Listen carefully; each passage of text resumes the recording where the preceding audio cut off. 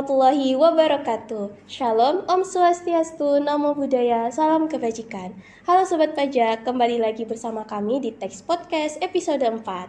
Sebelumnya perkenalkan, saya Mutiara Fiesta, staf humas di Tech Center Community Fakultas Ekonomi dan Bisnis Universitas Tanjung Pura.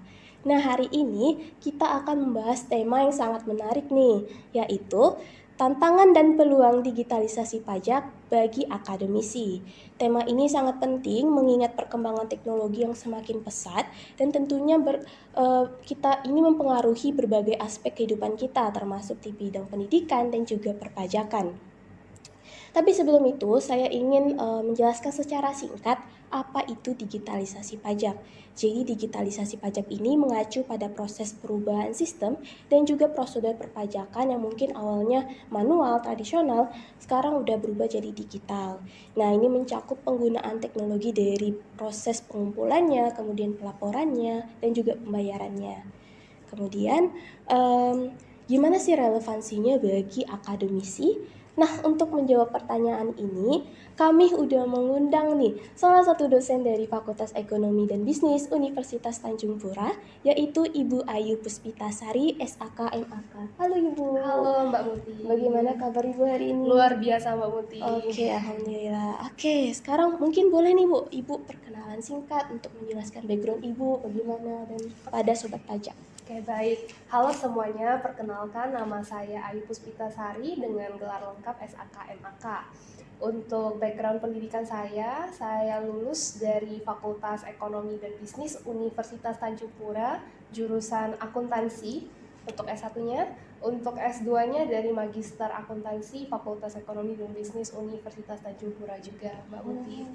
Jadi background saya memang di accounting. Sama. Semoga nular ya Bu. Amin.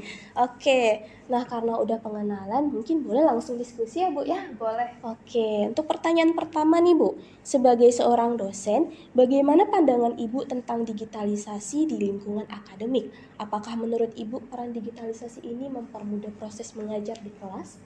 Oke, baik. Terkait dengan digitalisasi, sebenarnya saya sendiri itu sangat menyambut baik ya dengan adanya digitalisasi ini. Nah, kalau kita ingat kembali dulu-dulu itu kalau pembelajaran tradisional itu kan lingkupnya kecil ya, harus di ruangan kelas gitu.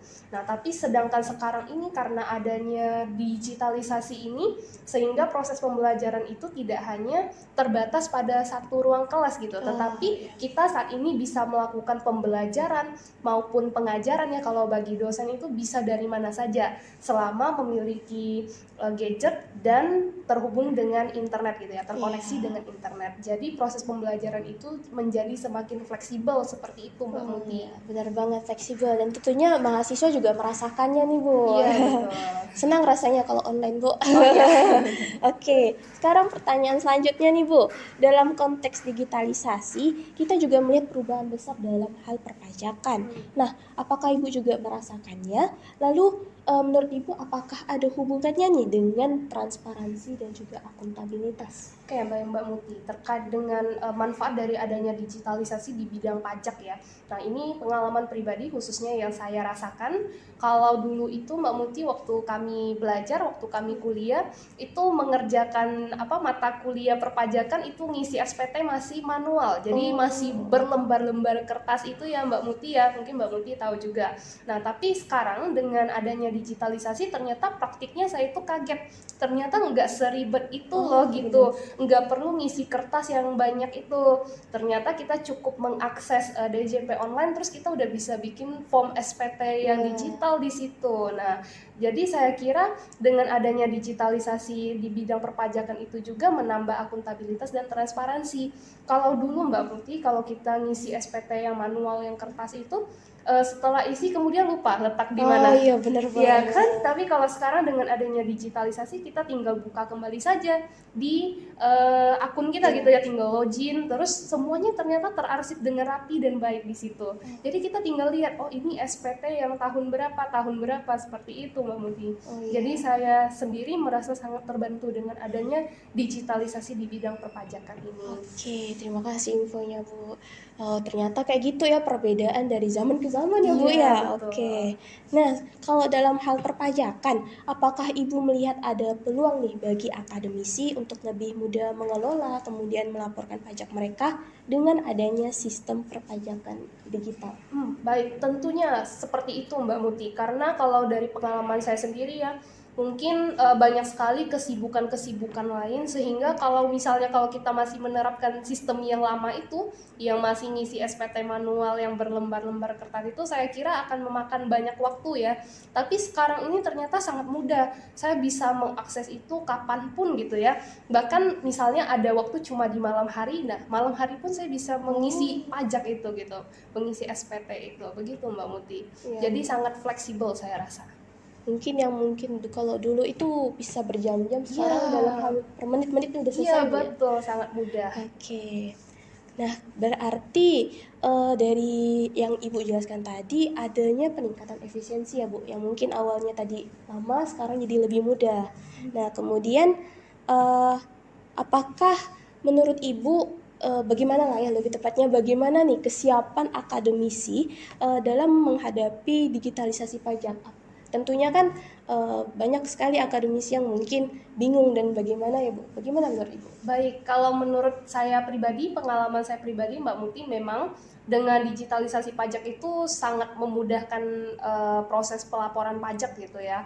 Tapi memang tidak bisa dipungkiri bahwa kadang ya masih ada hal-hal yang membingungkan gitu.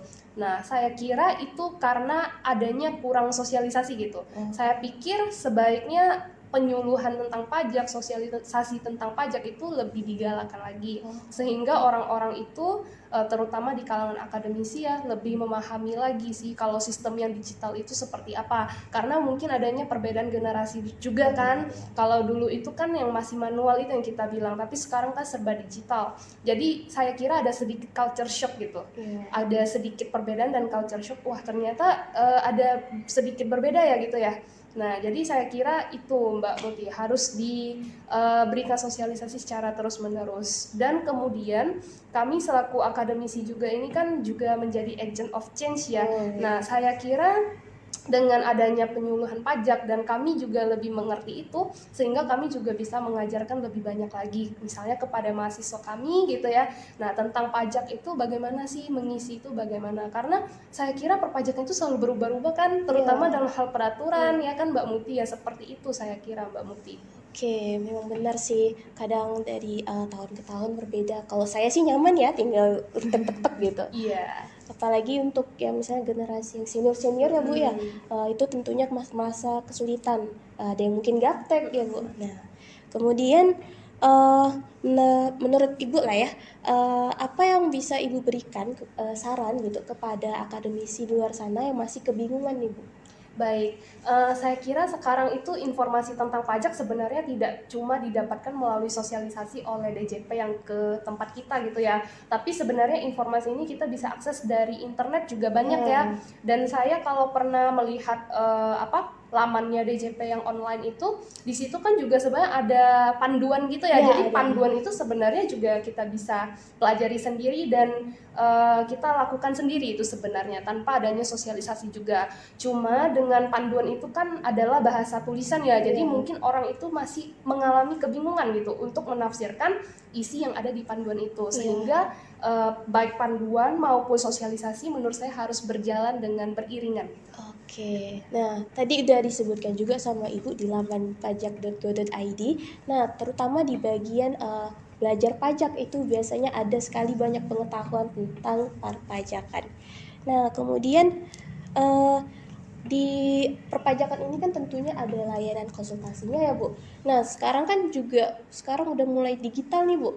Nah, gimana pandangan Ibu soal layanan konsultasi pajak yang digital ini Bu? Iya, tentunya sangat bagus dan sangat membantu ya. Sebenarnya saya sendiri belum pernah menggunakan layanan konsultasi pajak digital itu Mbak Muti, karena selama ini masih belajar melalui panduan itu. Jadi mengisi misalnya ya panduannya, kalau misalnya pendapatannya sekian sekian, nah berarti ngisi form yang apa gitu. Nah, selama ini saya baru belajar panduan itu saja. Nah, tapi untuk sosialisasi memang masih saya kurang dapatkan gitu ya. Nah, kemudian untuk konsultasi juga saya belum pernah menggunakan, tapi tanggapan saya terkait dengan fitur itu adalah sangat positif. sehingga itu kan kita bisa belajar kapanpun ya. Iya. Nah, misalnya saya punya waktu malam hari saja, tapi saya juga bisa belajar ternyata belajar pajak di malam hari melalui konsultasi itu. Iya, bener banget. Nah, untuk sekedar info lagi nih, kalau mau akses bisa langsung di pajak.go.id atau melalui kering pajak nomornya 1 500 200. Oke, mungkin sekian ya Bu diskusi kita. Terima kasih atas waktunya, dan apakah Ibu mungkin ada pesan terakhir nih untuk tema kita pada hari ini? Baik, saya berikan kata-kata kesimpulan ya Oh, dari apa diskusi kita hari ini, bahwa pajak itu adalah sifatnya wajib. Saya kira ini semuanya tahu ya, semua orang tahu pajak itu sifatnya adalah wajib bagi seluruh warga negara Indonesia, dan ini kontribusinya sangat penting ya bagi perkembangan kemajuan suatu negara, terutama negara kita. Nah, oleh sebab itu saya harap melalui diskusi kami hari ini, teman-teman, Bapak Ibu semua menjadi lebih aware, lebih sadar akan pentingnya pajak bagi pembangunan negara, ya. Sehingga kita akan berusaha untuk membangun sifat kepatuhan terhadap pajak, tax compliance. Wah, mantap nih Bu. Terima kasih ya Bu. Terima kasih atas waktu dan juga kontribusi dalam penyampaiannya yang luar biasa pada hari ini. Nah, sebelum menutup acara teks podcast kita pada hari ini, izinkan saya untuk menyimpulkan hasil diskusi kita tadi ya Bu. Oke, jadi perubahan teknologi yang semakin berkembang tentunya memudahkan kita dalam berbagai aspek. Nah, salah satunya juga di bidang pendidikan dan juga perpajakan. Nah, kalau dalam hal pendidikan mungkin proses mengajar itu jadi lebih mudah karena nggak perlu di satu tempat, bisa di mana aja, fleksibel. Dan kemudian kalau dalam perpajakan ini ada yang namanya aplikasi dan juga laman pajak.go.id, di mana kita tuh bisa melakukan administrasi, kemudian juga pelaporan dan juga pembayaran tanpa harus tatap muka di sana gitu ya Bu ya. Nah, jadi itu tinggal lewat HP atau laptop kalian bisa mengaksesnya gitu. Jadi lebih efisien. Nah, kemudian apa ya?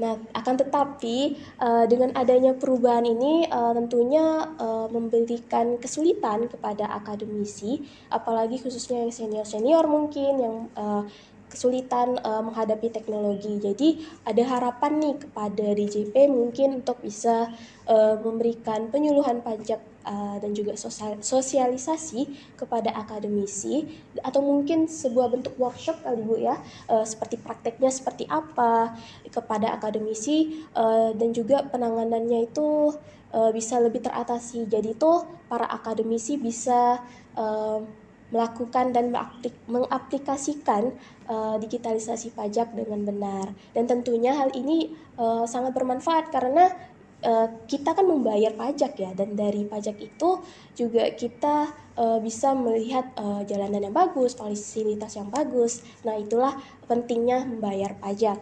Nah, mungkin sekian teks podcast kita pada hari ini. Saya ucapkan terima kasih kepada Ibu Ayu Puspitasari SAK MAK yang udah mau menyempatkan waktunya untuk hadir sebagai narasumber dalam teks podcast episode 4 hari ini.